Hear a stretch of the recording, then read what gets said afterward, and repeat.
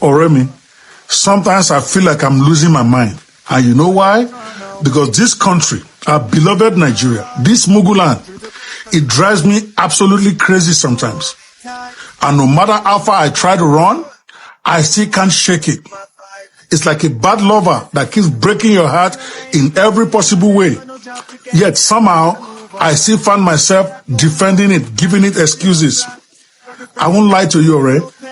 When reality got too hard for me to carry sometimes, I escape into fantasy, into satire, I escape into reading. And thank God with the help of AI, I'm able to pour out my heart and wrote some songs and some books about Muguland on how I feel. Yes, that's how the name I gave Nigeria. Because though it offends some of my friends, I believe only Mugus could have made a lot of what is happening in Nigeria possible. I mean, we have fake prophets who are never called out on their last prophecies that didn't come true.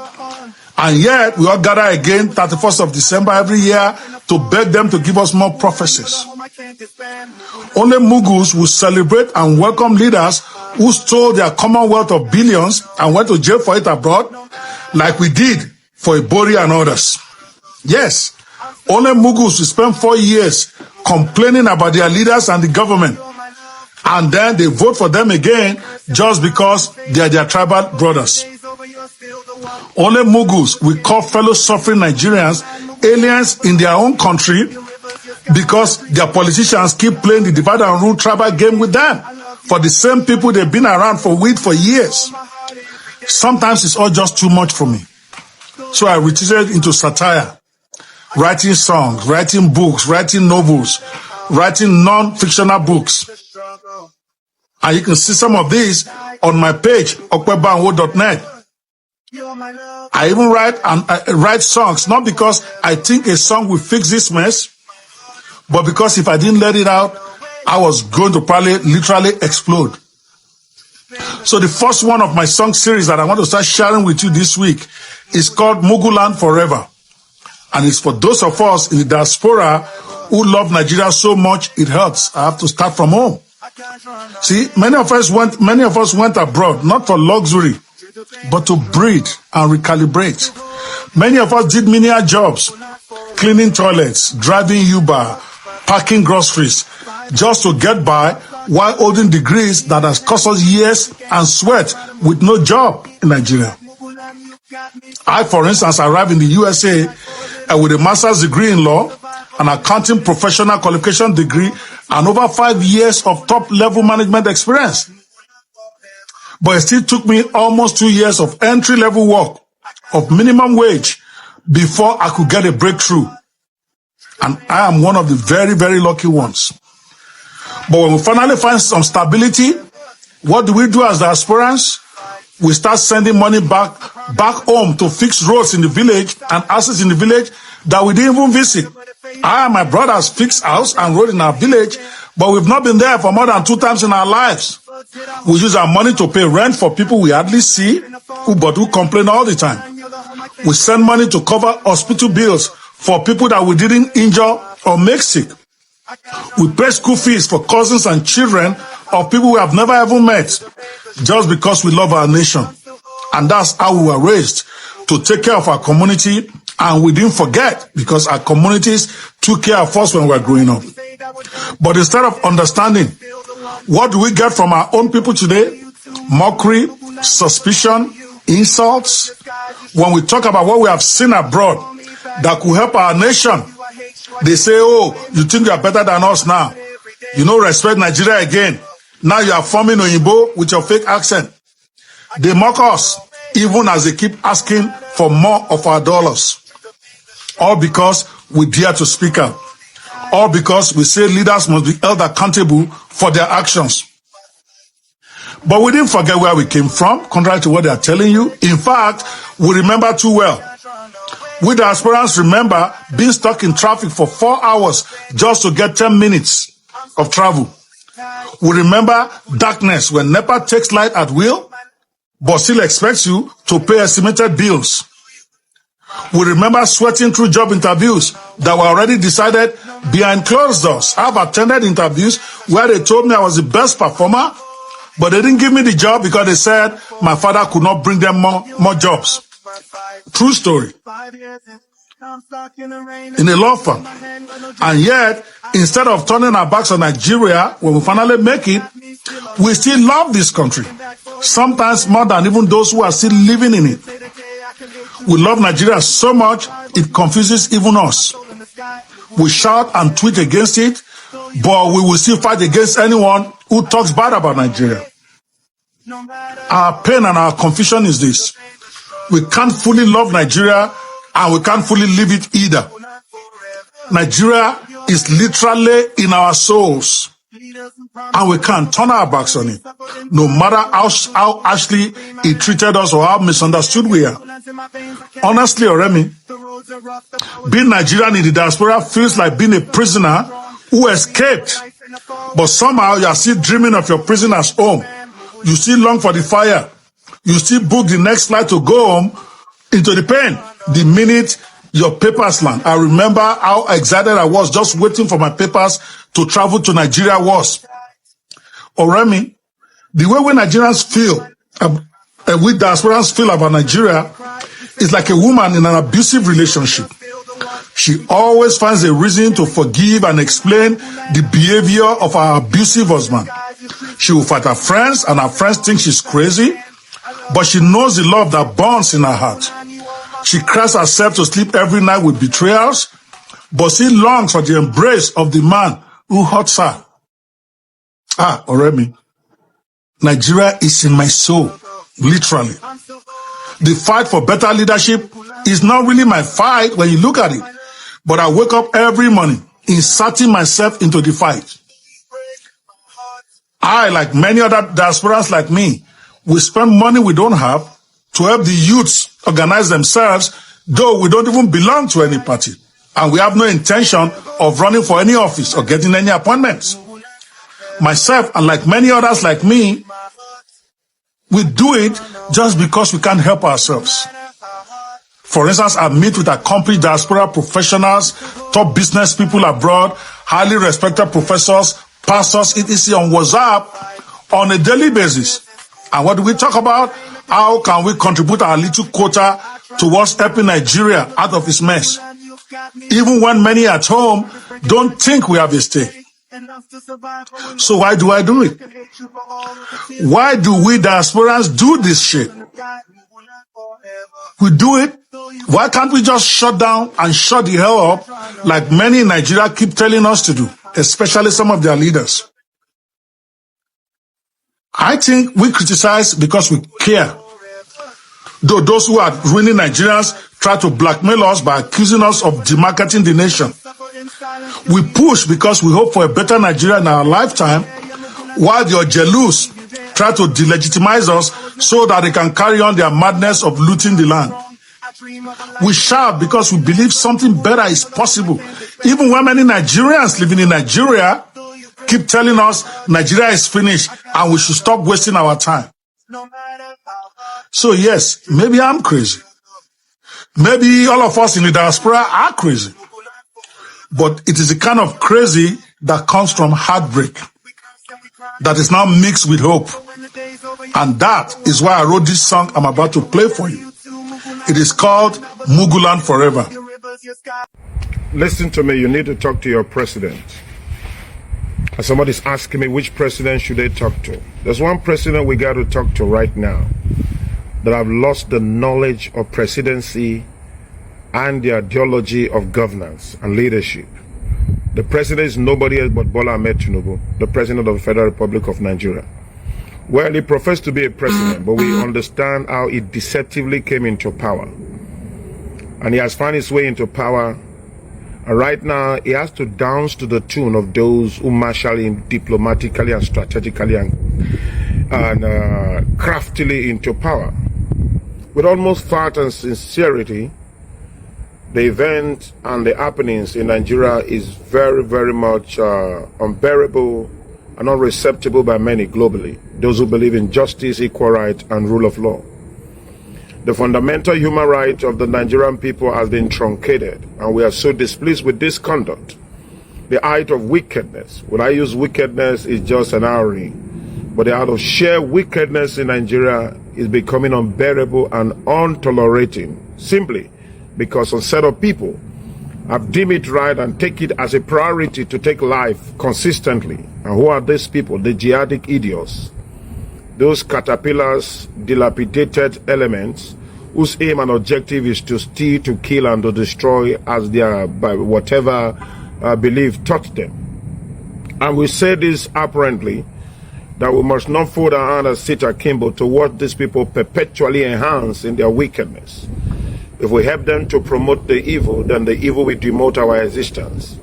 For we to live happily as humans, then we must do whatever we can do to subject those who want to eliminate our comfortability earthwise.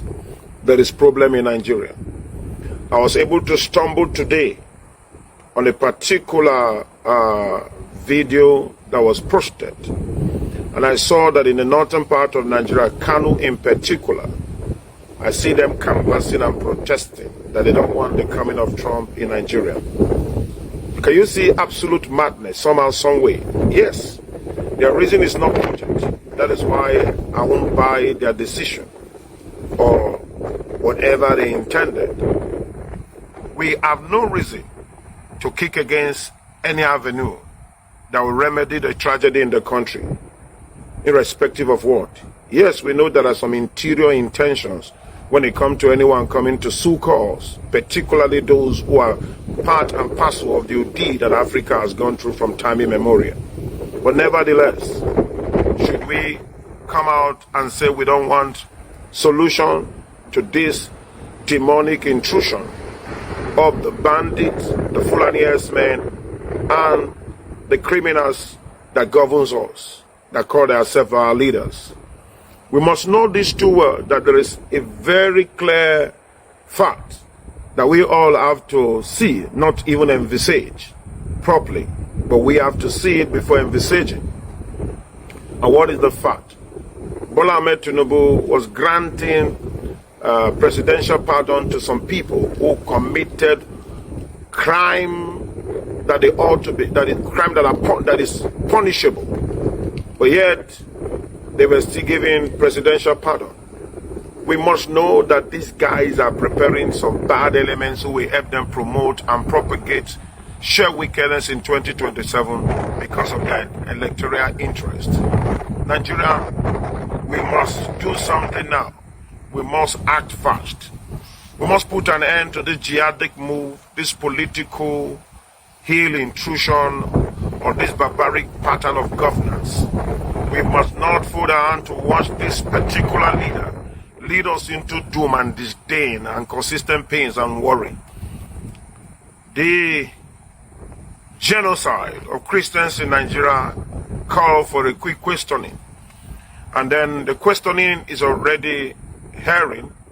No matter how much they try to sideline the fact that this is a genocide against Christians in Nigeria, this act of these Islamic radicals, no matter how much they try to patronize it to something different, but I must say it apparently that this is genocide. So my claim and call and wishes and my beacon to Christians in Nigeria is for them to wake up decisively and start taking the bull by the horn. It called for it. It called for it. We must call for a holy crusade. We must call for a holy crusade, just they call it as jihad. We must crusade for the safety and the protection of Christians in Nigeria. So I employ all Nigerians, particularly the Christians, and those who are cleric in Christendom should unanimously start propagating in their congregation, telling people to wake up on to fighting for their right as Christians. Indeed, we are told about all what we're going to suffer as Christians, but that is not a parameter for people to use our blood to stain the floor every day and to make us look like animals who don't have the capability to defend themselves right-wise and otherwise. So please, my message to all pastors, all clergies in Nigeria, and all professed congregants of theirs, that you should not keep quiet over this consistent beheading and killing of Christians in Nigeria. We should wake up and fight assiduously for our right, and we should defend our belief just the way they profess they are defending their belief. Should not allow this barbaric element who believe that the only way they can propagate their belief is not in love, but in taking lives. We should let them know that we equally have the hands they have, and we are also accessible to the weapons that they think they can use against us. They burn houses, they shoot, they kill, they use matchant, they use knife, they use wood, they use clubs. So these things is accessible anywhere. We should also go for such arms and then turn against them and place them where they belong. Don't spare any. Don't spare any. If the Islam don't want Nigeria to remain one, then we either call for a revolution or a Christian sovereignty, or we call for outright disintegration of the country. The present president and the vice president are part and parcel of this. They know what is going on. And we know the origin of this mess because we know from time immemorial this has been the quest of the northern Islams. The mission is to make sure they adapt Nigeria and carve it into their want, which is Sharia. But quote me, if they want Sharia, then they should have their Islamic nation. Why we Christians go for our Christian sovereignty? So if they don't want that to happen, and they want to mandatorily own the country to themselves, then I will employ the Christian not to fold their hand and watch this Mahim consistently grow on a daily basis. We should fight back, and we should do all we could to stand and to deprive them from fulfilling their aim. Muslims did not own Nigeria, neither did Christians do. We are made to be together. If they don't want togetherness, then there should be disintegration. We are not ready to sail with people who are vampires and vultures, whose aim and objective is to kill, to destroy, and to loot consistently. We know where this situation erupted from, and they all know too. But they just want us to be their subject, and they just want us to also run through the terrain of their belief. And these people don't even believe in those who are from the southeast or southwest, who are practically Muslim. They have to come after any when it comes to a situation that they have to exercise the satanic and false religion. Please, ladies and gentlemen, don't be afraid. Christians in Nigeria, it's our time. We come together and say enough is enough. This is my message to the CAN, Christian Association of Nigeria, and Pentecostal Fellowship of Nigeria. I still remain Apostle Dr. Great Ini from the Reformed Fireman Ministry International and the President of the Protective Forum of Christians Worldwide. Thank you. Good day to our viewers all over the world, and welcome back to Local Journal. You see, when people criticize the current government, they are not criticizing them because they hate the government or because they hate Tinubu. People are saying it and criticizing the government because they want Nigeria to work. Constructive criticism is not anything bad. People are criticizing the government to make them sit up because in the absence of criticism, there is no way the government will know where they are lagging behind for them to fix. And this is why some people have taken it upon themselves to call out the government anywhere they are going wrong, and at times they also give kudos to the government anywhere they are doing very good. Nobody wants their own country to be destroyed, and nobody wants the country to be doomed. And that's the reason why Nigerians have taken it upon themselves to call out the government and to put the government in check. Because if we continue to keep quiet and the government seems as if Nigerians are not talking, they will feel they are doing the right thing. And if it continues like that, there's no way the country is going to attain the heights that every Nigerian envisage. And this is the reason why we all need to stop all this tribalism thing, because I think that is where we are getting it wrong. Most people think that the fact that some other people from the southern part of the country or probably the northern part of the country are criticizing the Bola Ahmed Tinubu's government is because they don't like Yoruba people, but that's not it. That's far from it. The people who are speaking the truth, some Yorubas today knows what is happening and they know the truth. They also criticize Tinubu's government where he's not performing very well. And some of these people that you feel criticize the government because they are not from the Yoruba tribe, actually give kudos to this government as well, anywhere they are trying. So the thing is this, even in civilized country, in saner climes where things are working properly, the government are still criticized so that they can sit up and do more things, bring more development that will take the country to a greater height. And that is what every Nigerian is seeking. If the country is working properly, I don't think these diasporans that are speaking in the video would have spoken in this manner or would have even gone to another country to go and stay. Of course, there is no place like home, and everybody will want to be in Nigeria and do their thing from this country. But the fact that this country is not working properly, that is the reason why you see so many people in diaspora, and that's why they are speaking out. Because if anything happens in the place they are staying, the only place they have to fall back to is Nigeria, and that's the reason why they want this country to work, irrespective of the fact that they are not living in Nigeria currently. So I want the Bola Ahmed Tinubu supporter to be open-minded and see why Nigerians are criticizing this government. They don't hate this government. Any government that is in power, be it PDP, APC, it's the duty of the people to hold the government accountable and to ensure that the government does what it's supposed to do. When you keep on keeping quiet, that's like a kind of you accepting the fact that the government is doing everything properly right. And if it continues like that, who is going to be at the receiving end tomorrow? The people, the masses are the ones going to be at the receiving end. And that's the reason why your little voice matters very well in like kind of putting the government in check. Nobody hates anybody and nobody hates any party.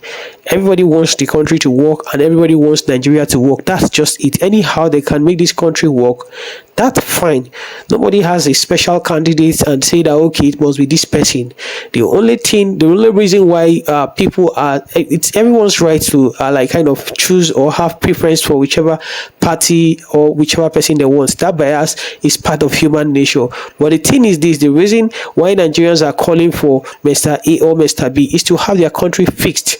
Anybody that can come and fix the country is okay to go with Nigerians. And I believe that's what most Nigerians are about, not about the person's personality per se. It's the person that can do the work. That's the major thing Nigerians are clamoring for. And so let's be open-minded and speak the manner we are supposed to speak and hold our leaders accountable so that they can do what they are supposed to do. That's what I have to say. Kindly drop what you think about this in the comment section. And if today is your first time to visit our channel, please kindly like, share, and subscribe to our channel.